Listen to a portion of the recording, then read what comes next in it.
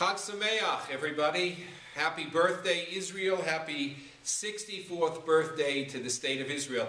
I wanted to share with you today a special message for Yom Haatzmaut, the 64th birthday of the State of Israel.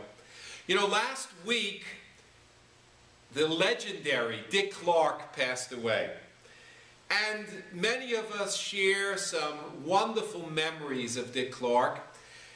And I think about it, but of all the songs he played in all those years of playing music, he never played my favorite song.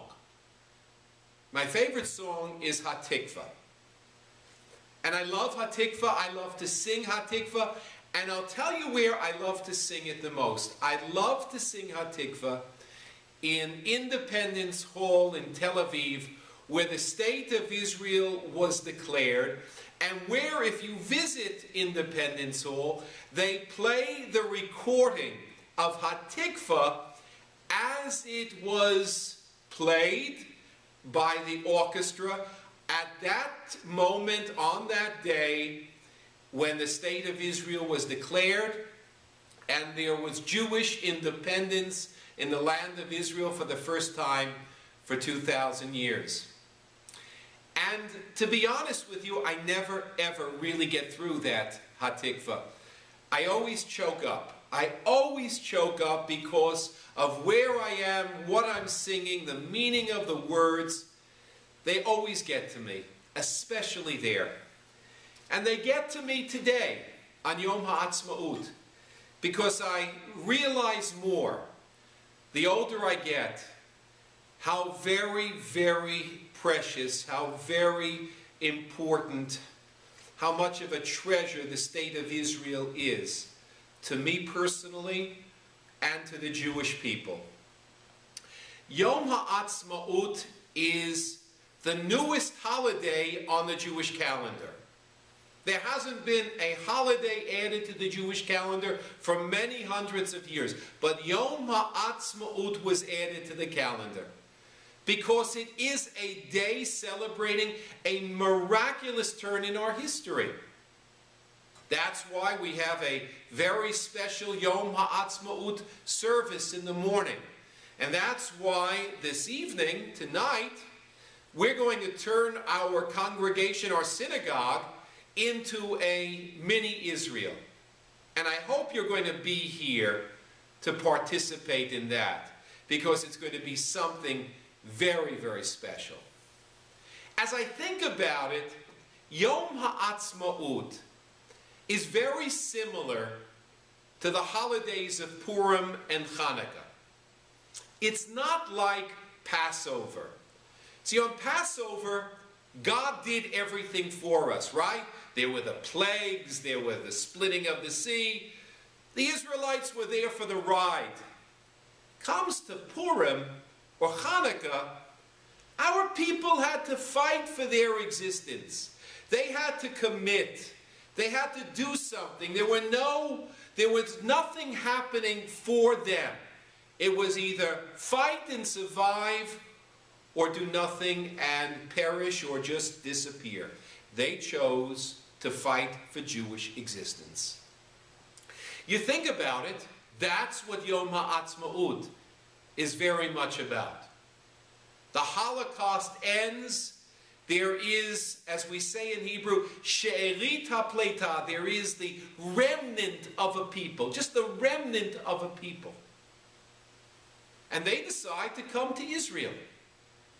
They could have come to the United States or to Canada, and some did, many did.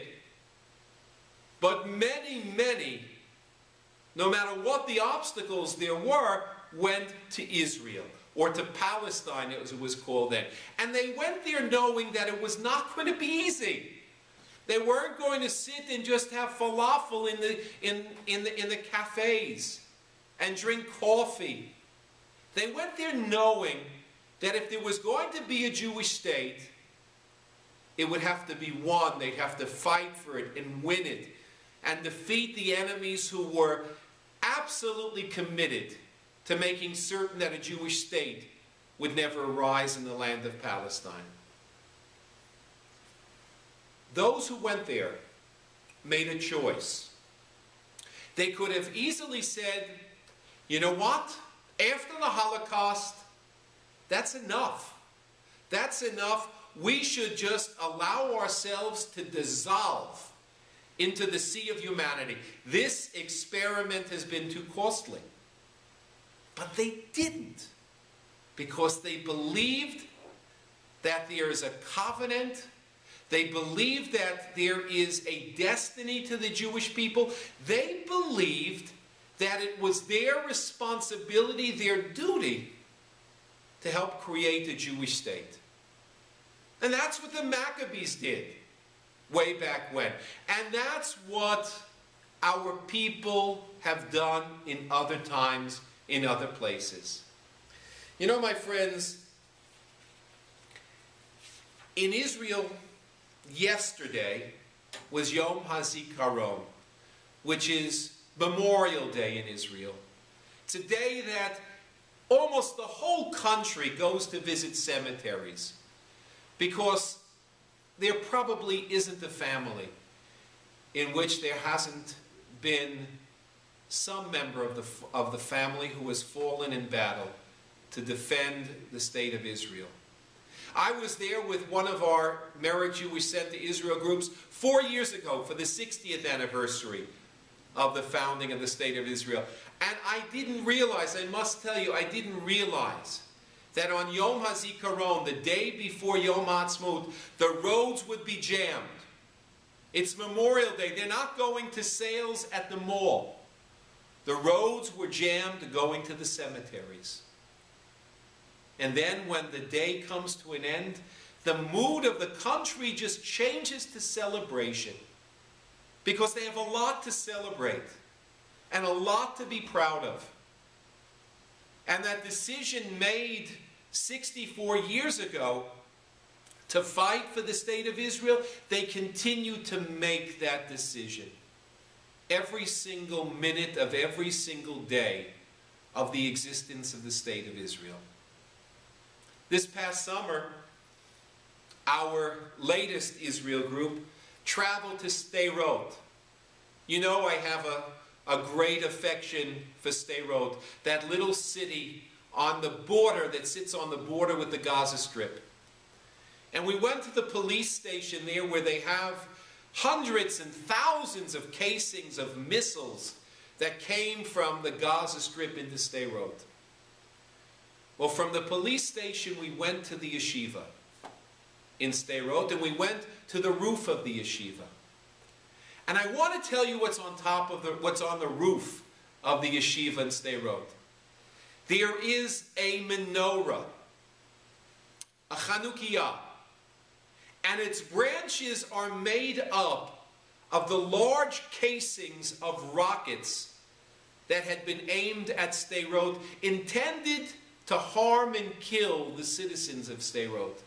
They made those casings into a Chanukiah, into a menorah, and they light it on Hanukkah, so that in the Gaza Strip, they see it.